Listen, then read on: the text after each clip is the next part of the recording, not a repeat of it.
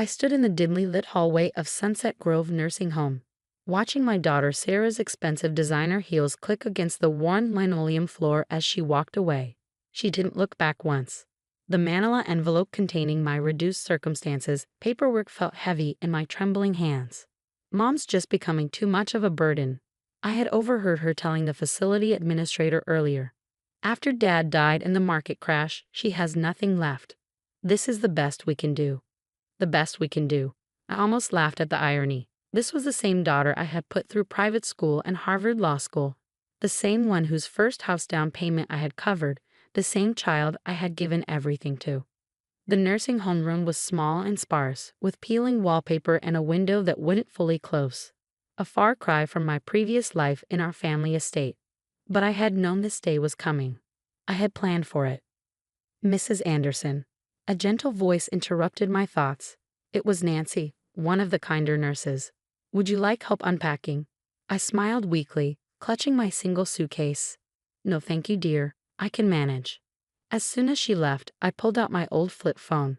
The one Sarah had mockingly called a dinosaur last Christmas when she gifted me a smartphone I never used. I dialed a number I knew by heart. Martin? It's Eleanor Anderson. Yes, they did exactly what we expected. It's time. Martin had been our family lawyer for 40 years. He was one of the few people who knew the truth. The real truth about the Anderson fortune. The safe, he asked. Yes, open it tomorrow, just like we planned. I could almost hear him smiling through the phone. With pleasure, Eleanor. I've been looking forward to this day. After hanging up, I sat on a thin mattress and pulled out an old photograph from my wallet. It showed a younger version of myself standing next to my late husband James. Both of us beaming in front of our first investment property. That was before the tech boom, before James's innovations changed the industry, before we became one of the wealthiest families in the state. But Sarah never knew about most of it. We had raised her to value hard work, to earn her own way. Unfortunately, somewhere along the line, she had learned the wrong lessons. The more successful she became as a corporate lawyer, the more she looked down on what she perceived as our simple lifestyle. When James died last year, I played along with her assumption that the market crash had wiped out our fortune. I let her believe I had lost everything. I watched as her visits became shorter, her calls more infrequent, her tone more condescending. Mom, you really should have invested better, she lectured me last week. Now look where you ended up. If only she knew about the hidden safe in James' old study. The safe that contained not just documents, but the truth about the Anderson technology empire. The empire that was still very much intact, carefully hidden in offshore accounts and shell corporations. James and I had built everything from nothing. We knew the value of money, but more importantly, we knew the value of character. We had hoped Sarah would learn the same. This was our final test, and she had failed spectacularly. Looking around my shabby new room, I felt a strange sense of peace. Tomorrow, Martin would open the safe in the presence of the estate executor. Tomorrow, Sarah would learn that her mother wasn't destitute at all. Tomorrow, she would discover that the Anderson fortune, all $4.8 billion of it, was being donated in its entirety to educational charities for underprivileged children.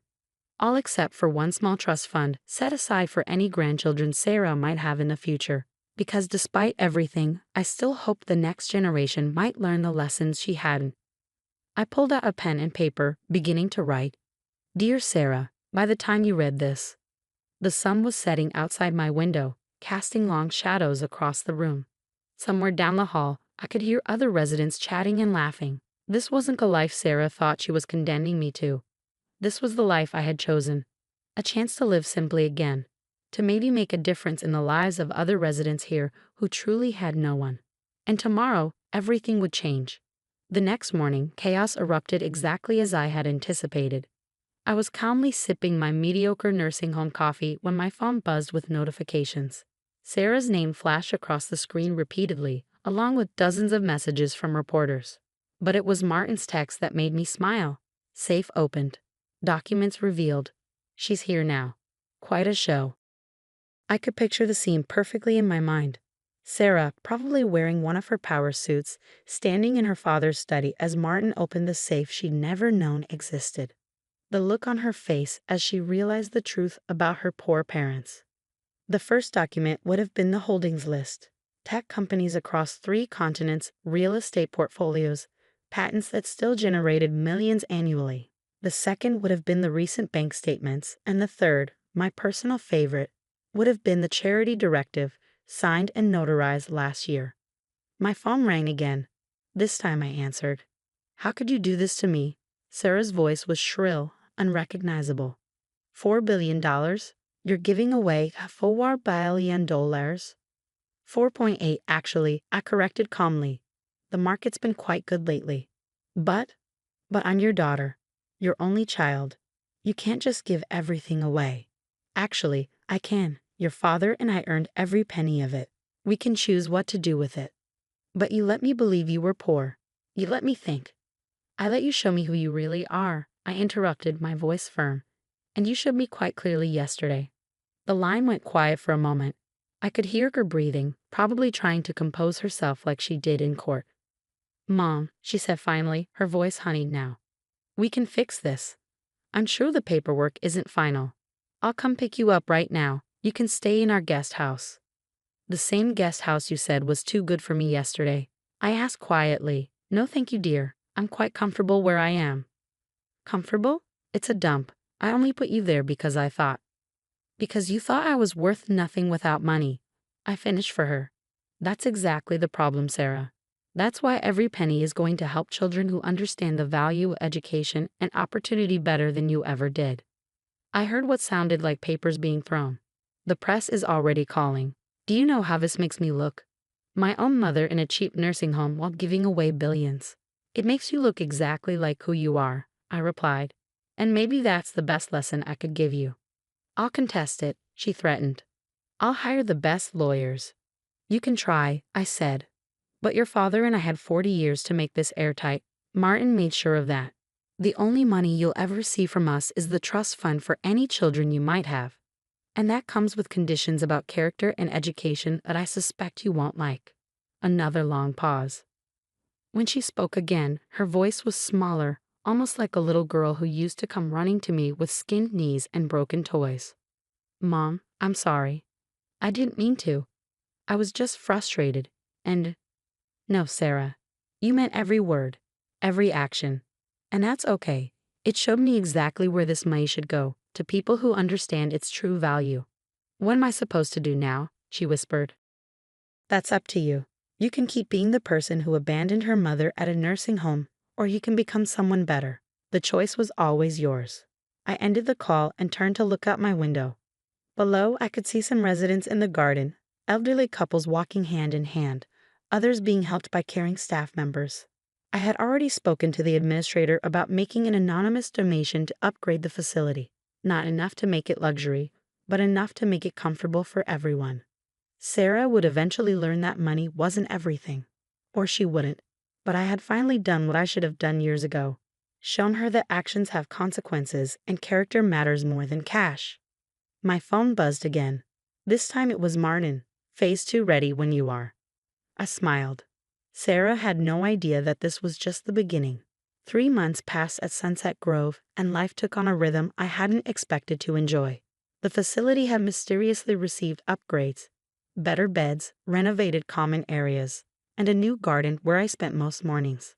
None of the residents knew I was behind the changes, and I preferred it that way. Sarah had tried everything: legal challenges, media sympathy, even attempted reconciliation.